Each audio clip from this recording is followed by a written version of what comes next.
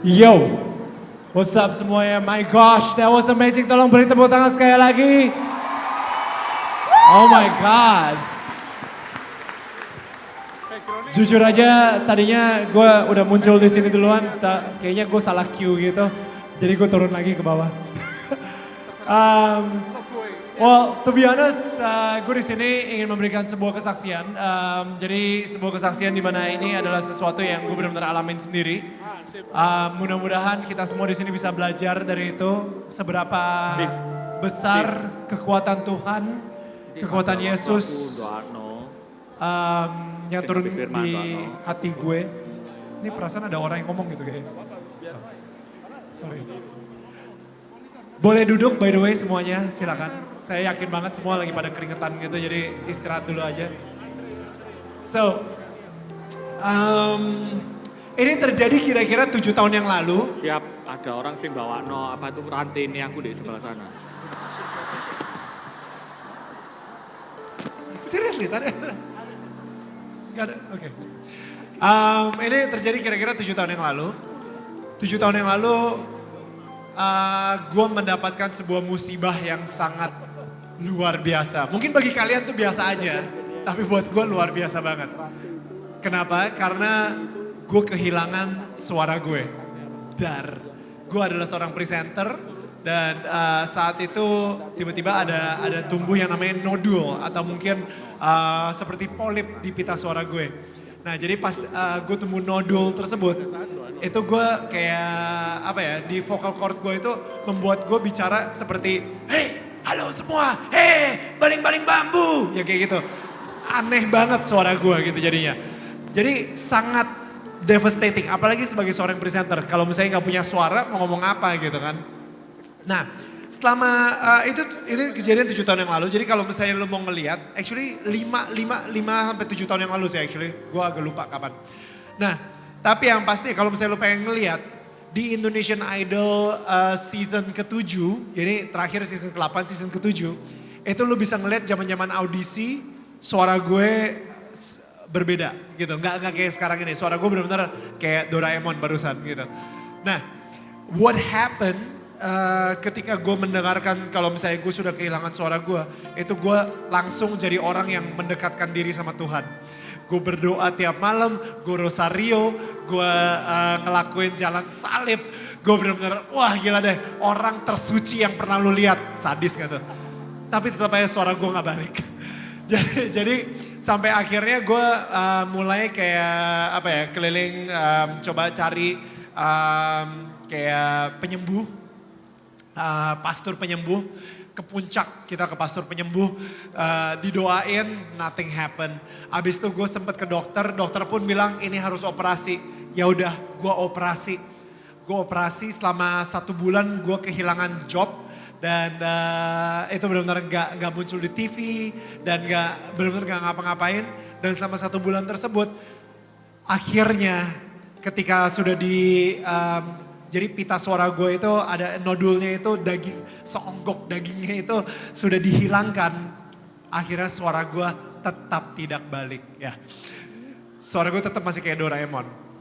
Sampai akhirnya gue pergi ke salah satu aktivis gereja. Dan beliau ini terkenal juga dengan kekuatan penyembuhnya itu. Yaitu Bapak Benyamin Ratu. Mungkin di sini ada yang pernah dengar Bapak Benyamin Ratu. Dia kerjanya emang, dia sekarang udah purely tidak bekerja sama sekali, tapi dia benar-benar bekerja untuk Tuhan Yesus. Jadi luar biasa sekali.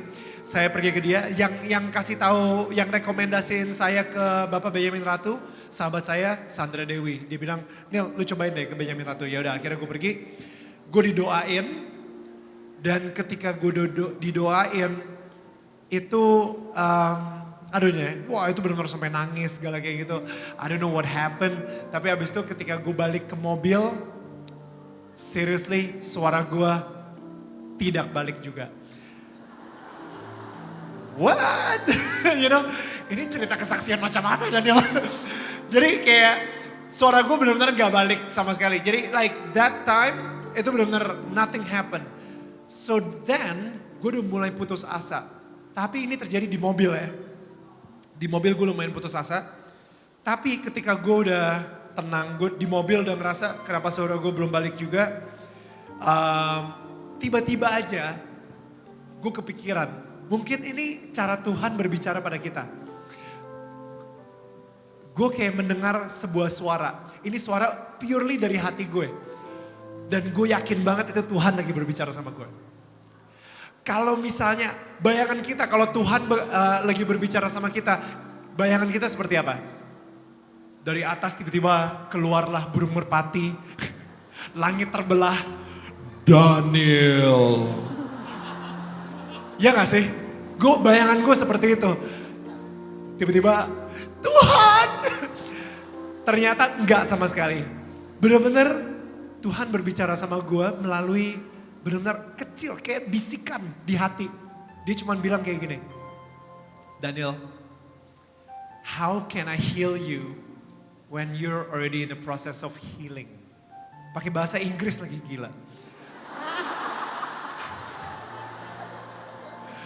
Artinya, Daniel, gimana caranya saya bisa menyembuhkan kamu kalau misalnya kamu emang udah kok dalam proses penyembuhan? Jangan khawatir. Gak tahu kenapa ketika ada suara itu benar-benar ya, yang namanya gue yang orangnya panikan gitu, itu jadi tenang setenang-tenangnya, tenang banget. Dan gue saat itu langsung percaya, kalau saat itu suara gue akan balik. Nah, kepercayaan itu, the faith, itu yang gak dipunyain oleh banyak orang. The faith, percaya kalau misalnya semuanya akan baik-baik saja. Percaya kalau misalnya apapun yang kalian punya saat ini, itu akan disembuhkan oleh Tuhan. Percaya kalau misalnya di depan itu kalau misalnya lagi ada keraguan, itu jangan khawatir karena Tuhan berjalan sama kita sekarang ini. Yes, tepuk tangan dulu untuk Tuhan Yesus yang luar biasa. So, soon enough, sebulan setelah itu, suara gue balik. Literally balik. Nah, gue langsung bilang kepada Bapak Benyamin Ratu, Pak Ben, terima kasih banyak Pak Ben. Terima kasih banyak, suara saya sudah balik kembali. Pak Ben dengan bijak bilang, kamu gak usah terima kasih sama saya. Terima kasih sama Tuhan Yesus. Oh iya, kamu tahu, di Injil, ada 10 orang kusta yang disembuhkan oleh Tuhan Yesus. Tapi hanya satu yang datang kembali ke Tuhan Yesus untuk bilang terima kasih. Daniel, kamu mau jadi yang mana? Yang 1 atau yang 9? Waktu saya gak banyak sih Pak Ben, jadi 9 aja deh gak apa-apa. Saya gak perlu bilang terima kasih. Gak mungkin saya bilang kayak gitu. Udah pasti kita semua di sini ingin menjadi yang satu orang balik ke Tuhan Yesus untuk bilang terima kasih. Yes. Jadi apa yang saya lakukan sejak saat itu saya mendekatkan diri pada Tuhan. Sejak saat itu saya lebih merasakan berkat Tuhan yang luar biasa dalam hidup saya. Dan sejak saat itu saya berusaha sebisa mungkin to make more impact kepada orang-orang di sekitar saya. Khususnya kepada kalian semua di sini. Nah, what did I do? Saya kebetulan gue saat itu sama Sandra Dewi, sama Olga Lydia, sama Delon. Kita bikin satu grup namanya Chapel 8. Dan itu gue kayak pergi ke Flores, abis itu kita videoin semuanya. Pokoknya tempat-tempat yang mungkin kapel-kapelnya itu kurang terjaga sampai... Lu tau gak sih kalau misalnya di Flores, ya kalau misalnya di Flores nih. Umat-umatnya itu pergi ke kapel cuman 1 minggu sekali untuk misa. 1 minggu sekali, hari Minggu. Mereka gak punya motor jadi mereka jalan kaki dari rumah. Mereka jalan kaki yang rumahnya kira-kira 3 kilometer ya dari kapelnya itu. Abis itu mereka harus bawa kursi sendiri dari rumah untuk ke misa. Setelah misa 1 jam mereka pulang lagi bawa kursi lagi pulang ke rumah. Itu kepercayaan iman mereka itu luar biasa sekali sampai saya pun tergerak. Dan saya berjanji saya pengen kasih tahu ke semua orang soal kepercayaan iman mereka. Dan untuk itu saya juga ingin membangun kapel yang layak untuk mereka. Sehingga pas kemarin itu kita berhasil membuat satu kapel. Jadi mungkin saya bisa bilang itu adalah rumah Tuhan yang baru untuk masyarakat Flores. Dan kita sih pengen banget ya, kalau misalnya bisa di sini semua pada bantuin juga. Bisa cek aja di Facebook kita, facebook.com/chapel8. CHAPEL 8, Chapel 8. Kita pengen banget supaya setiap, misalnya kayak di Flores, kita bisa bikin 8 kapela. Abis itu di Papua kita bisa bikin 8 kapela. Di Kalimantan kita bisa bikin 8 kapela. Semuanya Chapel 8. Kenapa? Karena kita pengen banget memberikan orang-orang yang penuh dengan kepercayaan kepada Tuhan. Itu bisa tersalurkan gitu di kapela tersebut. Dan kapela tersebut menjadi penyelamat untuk mereka semua. Jadinya saya di sini itu adalah bentuk rasa terima kasih saya pada Tuhan Yesus.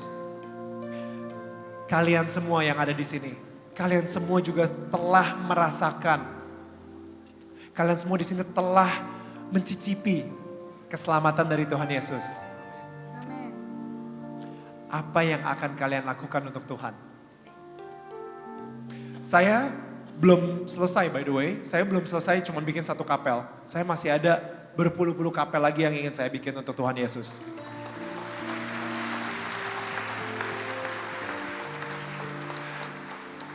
Mudah-mudahan apa yang saya katakan hari ini bisa menginspirasikan kalian untuk berbuat sesuatu. Amin. Untuk Tuhan Yesus. Supaya orang-orang di sekitar juga terinspirasi dengan perbuatan kalian. Perbuatan kalian yang menyimbolkan kemenangan. Because benar banget, menurut Tuhan itu cuma ada satu cara menunjukkan kalau misalnya kita ini memang disciple-nya atau murid atau rasul dari Tuhan Yesus. Hanya ada satu cara, yaitu kita harus memperlihatkan bagaimana Tuhan mencintai kita sehingga kita bisa mencintai orang lain. That's only one way guys. Kita mencintai orang lain dan orang lain, kenapa sih kok lu bisa sih mencintai orang yang benci sama lu? Kenapa lu bisa mencintai orang yang gak suka sama lu? Kenapa lu bisa mencintai, ini anak nih gue jujur aja gak suka banget. Satu sekolah gak suka banget sama dia. Tapi kenapa lu bisa mencintai dia? Karena Tuhan mencintai gue. Jadi udah tugas gue untuk mencintai semua ciptaan Tuhan. There's only one way. Guys, terima kasih banyak udah mau ngedengerin gue. Thank you very much. Join us kalau bisa untuk membangun rumah Tuhan lagi. Facebook.com/chapel8. Thank you. I love you guys. Thank you Surabaya.